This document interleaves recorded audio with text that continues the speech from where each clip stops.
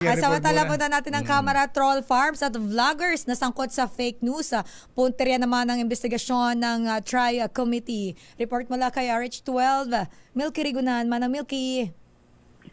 Sister El at Lakay, sisimulan na sa susunod na linggo ng binuong Tri-Committee ang investigasyon laban sa fake news, proteksyon sa freedom of speech ng mga Pilipino at pagtiyak ng kaligtasan ng digital world. Nabuo ang Tri-Committee sa bisa ng House Resolution 2147 na kinabibilangan ng House Committees on Public Order and Safety, Information and Communications Technology at Public Information.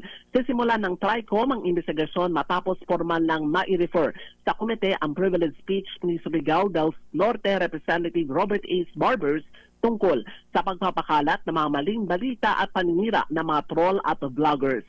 Ayon kay Barbers, layo ng investigasyon na makabuo ng panukalang batas para sa regulatory framework sa paggamit ng social media at ang digital space.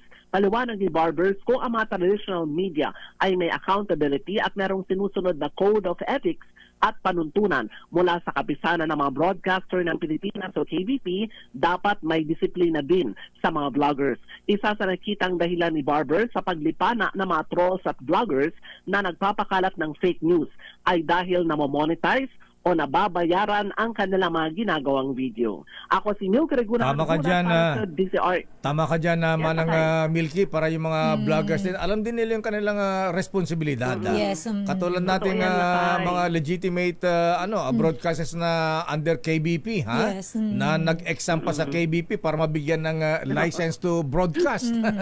Ayan. Para alam din nila yung ano. Tsaka makapag-seminar din sila kasi yung iba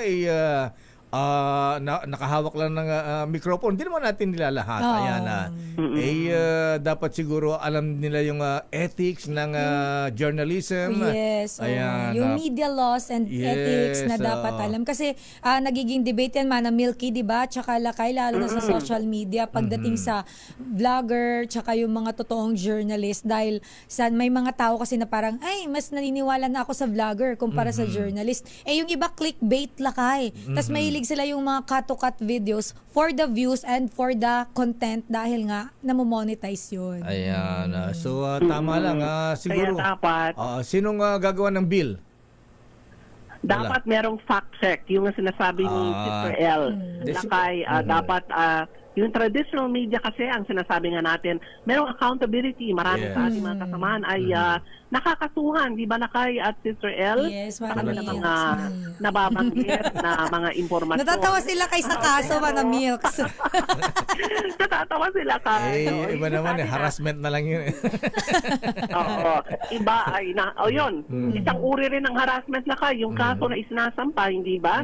Ay yung mga vloggers kasi karamihan sa kanila hindi gumagamit naman ng mga tunay na pangalan. Ayan. Diba? Walang identity. Tama. Kaya ang sabi nga ay dapat merong accountability pag nilabas mo yung iyong balita.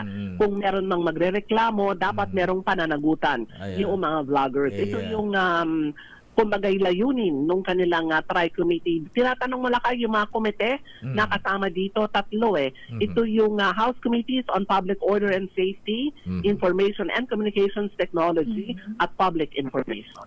Okay. Maraming salamat, Manang Milky. Dapat bilisan yan kasi grabe ang influence din ng mga vloggers ngayon. Ayan, Actually, mas parang silang artista, Lakay. yes. Celebrity At, na sila. lalo ngayong eleksyon, campaign period. Ayan. Nagagamit ng mga politiko yan, ha? Ay, totoo. Ay, nako, may kilala tayo, gamit na gamit. Ganun ba? Ayan, kaya problema ng Comelec, hindi daw ma-monitor lahat. Oo. Sa dami. Ayan. Anyway, tingnan natin kung paano mariregulate ang ating mga vloggers din para magkaroon sila ng accountability. Ayan. Responsibility Yes, Lakay. at alam ng ethics ng journalism. Okay? Ako si Milky Rigunan, nagunat para sa DZRH, una sa Pilipinas, una sa Pilipino.